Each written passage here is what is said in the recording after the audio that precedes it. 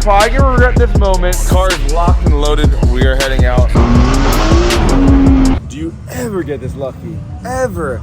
Pretty hyped. I'm so excited, guys. This is amazing. On my BMW M240i drift car, we're currently welding the diff. This car had a welded diff already. It worked pretty amazing, but I put a Tremec TKX transmission in the car. Clutch master's wonderful, FX 1000 clutch, my favorite clutch ever. And we're putting a 346 diff out of a, I don't want to talk about it. Out of an E92 335, car comes at M54, junk. But the diff is great. It's a big case, 215 millimeter, and this should just get me to a little bit better gearing for most tracks. I have driven this car with this diff. It drove great, but just from driving at different places, I just think the split would be a little bit weird. And taking it apart, we realized I actually had it cracked the old welded diff a little bit. So it'll be re-welded and reused and saved as a backup. And it's gonna be welded and plated. I don't know if plating is important, but the last one cracked, so we're gonna plate this one. Car is a little bit cleaned up now. Even little things like the black thing inside the hood vent is now black. It's not rust anymore. Overall, the car looks way cleaner. Time to take it for a test drive and see how it drives with a 346 rear diff. Also, I haven't street driven this car in like a really long time, so let's see how it is. I'll fix that idle one day, maybe. I hope you guys can hear me. This is really a test drive to see if the wire shaking last time fixed the misfire. Power-wise feels good. No misfires right now, which is really my main concern. Feels nice.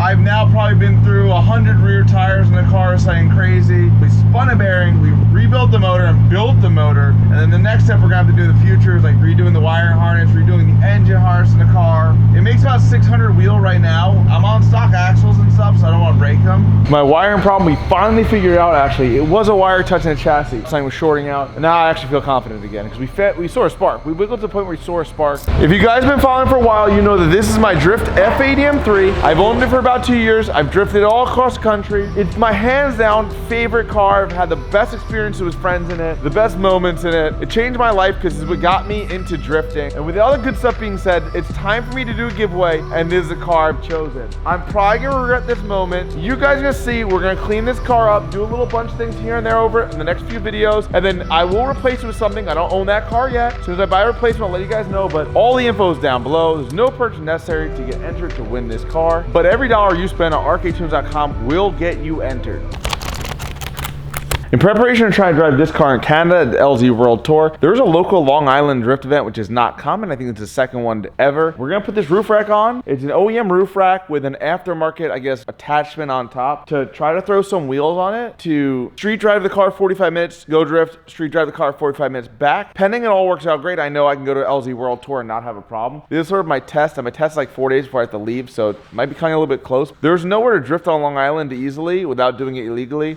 And I can't do that right now. We're right now putting a new front lip on it because a towing company decided to smash my old one. It needs to look right and proper for whoever the winner is. Someone's gonna win it, someone's gonna take it home, and I'm gonna miss it dearly. Back to yellow car things. Roof rack. BMW actually messed up and gave me 2 of the wrong side pieces, but we're gonna make it work. In comparison to the car.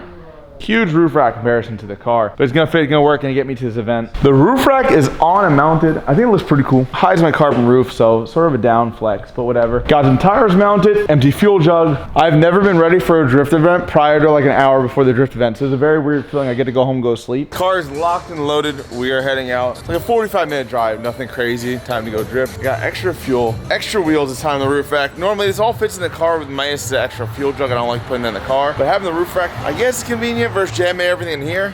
Obviously, if you had a 4-door drift car like my giveaway F80 M3, it all fits in the back seat, but whatever. First lap.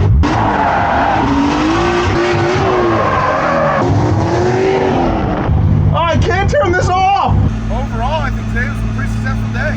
I parked the car up, washed it, put it on a trailer, and head to LZ World Tour Canada. We out. I'm driving 500 miles in my BMW drift car to go drift, and then hopefully drive 500 miles home. Let's see how this goes. Also, fuel economy of roof racks is possible. Sometimes in life, you let a good one out. Woo! Let's go! On my way up, we stopped at Vibrant Performance. They were doing a big meet. Also, E36's life. This thing was freaking beautiful. Jimmy Oak's car looking like an absolute machine. And my car looking perfect. So it's actually the next morning on the way to the track, and we made it to the track. So that's pretty much halfway done on my drive. So Drift HQ comes prepared, car, trailer, obviously, and you have my mess I just loaded into my car, which is cool, I guess, sort of.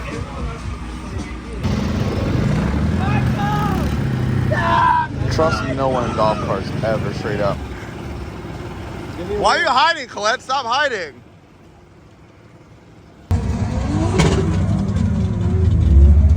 Drive all day, car's been good. Had a tiny bit of play in something, went to change it, couldn't get it out, broke a fucking bolt, but today the car gods are on my...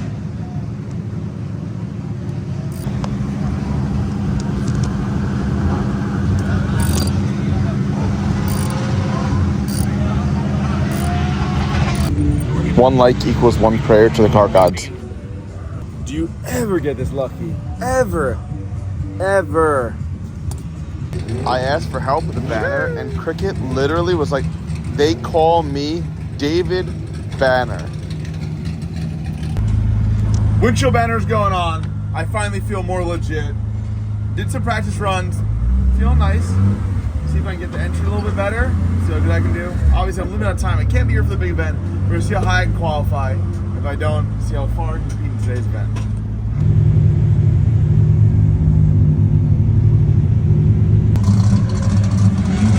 So I ended up going through one set of tires through practice and just kept milking it because I did not come that prepared. And look at everyone else.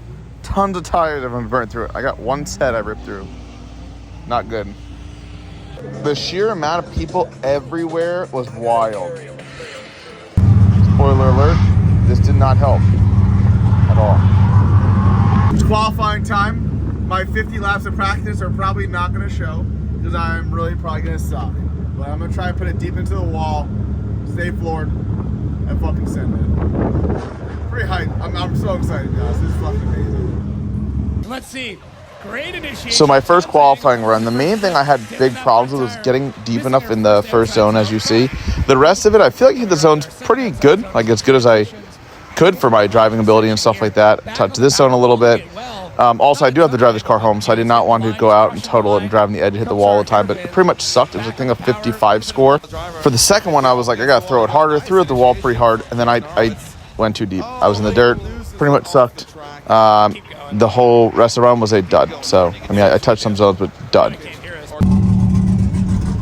So, in the bottom 32, I had to drive against Brian Hopp, and his car is so freaking loud. So, first run, even though I initiated pretty bad and then did a sort of, I guess you double initiation or e-braked and then threw more angle with a little bit more e-brake, my line was actually better than any of my qualifying runs. I think my line was just off all day. I did dive up on him a little bit, and then he pulled away, and then I just stayed in it. My car felt pretty fast compared to his, but I was going too fast and drove right off the track.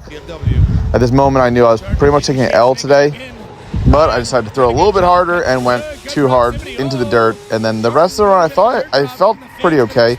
I hit the zone, stuff like that, but he stayed way closer to me than I stayed to him the whole way. And then, yeah, I took a nice L, but it's fine to go there. Got to drive, see friends, and at the end of the day, my car was in one piece. I did get to load it all up for my journey back home. If this is not the dream, I'm not sure what is. I drove 500 miles, drifted my car, and now I'm driving it home. Another 500 miles. So would you choose 87 E10, 89 E5, 90 E0? I'm willing to bet they all perform about the same, as crazy as that might sound. Let me go to the cheap one. We're just cruising, not flooring it.